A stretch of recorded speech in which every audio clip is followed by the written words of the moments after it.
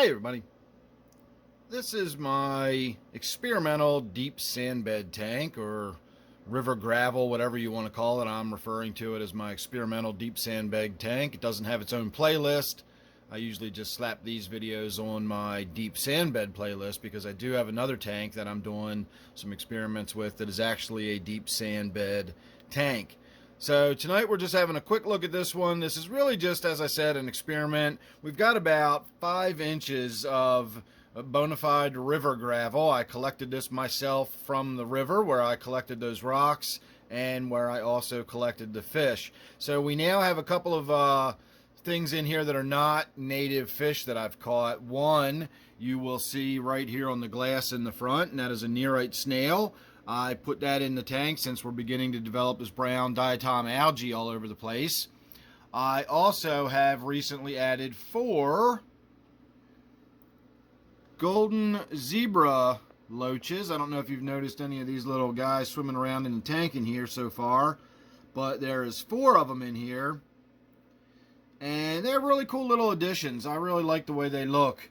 I thought about putting something else in the tank, like another rock or something, maybe capping off one of these rocks, having a different rock, you know, leaning this way to create sort of a cave for the loaches to have a place to feel secure.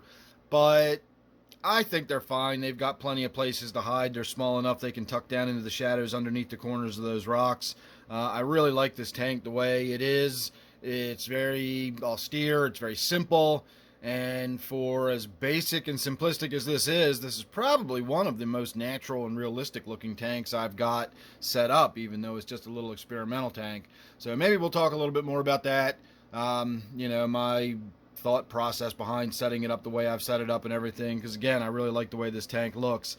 But tonight we are just really kind of talking about getting some loaches in there. If you're wondering what that big stringy thing is that just fell to the bottom and why there is so much stuff swirling around in the tank, that is because I have some levamisole fish food. And levamisole is a cattle dewormer, a goat dewormer sometimes. It's basically used as a dewormer for farm animals, but it can also be used as a dewormer and an antiparasitic for fish.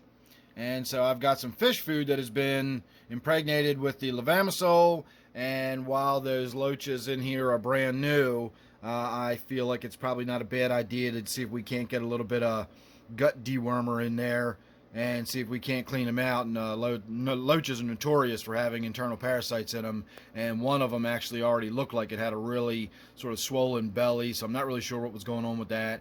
Anyway, I don't think it's a bad idea to treat them with the levamisole food since I've got it. I may as well feed it to them. And so that's why there's so much of that stuff swirling around in there. I want to just make sure they get plenty of that over the next week or so. That's pretty much all I'm going to be feeding them to make sure they get a good solid dose of it.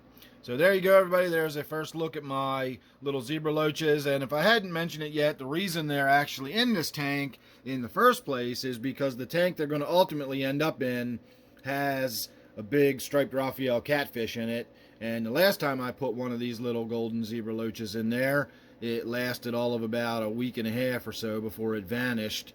And I'm pretty sure my striped Raphael catfish wound up getting himself a very expensive little snack that night.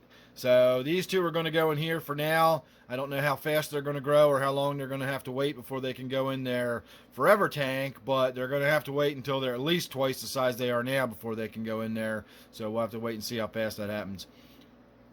Alright everybody, we will talk more about this tank again in a coming video, despite the fact that it really is just a temporary setup that I slapped together for the sake of doing this experiment, but it's going to be set up probably for at least the next 6 months or so, so you will have time to see it again. So make sure you're subscribed, make sure you hit that like button, leave a comment, all that good stuff. You know, it always helps me out when you do all that stuff, so I appreciate you watching this one, and I will see you real soon in the next one.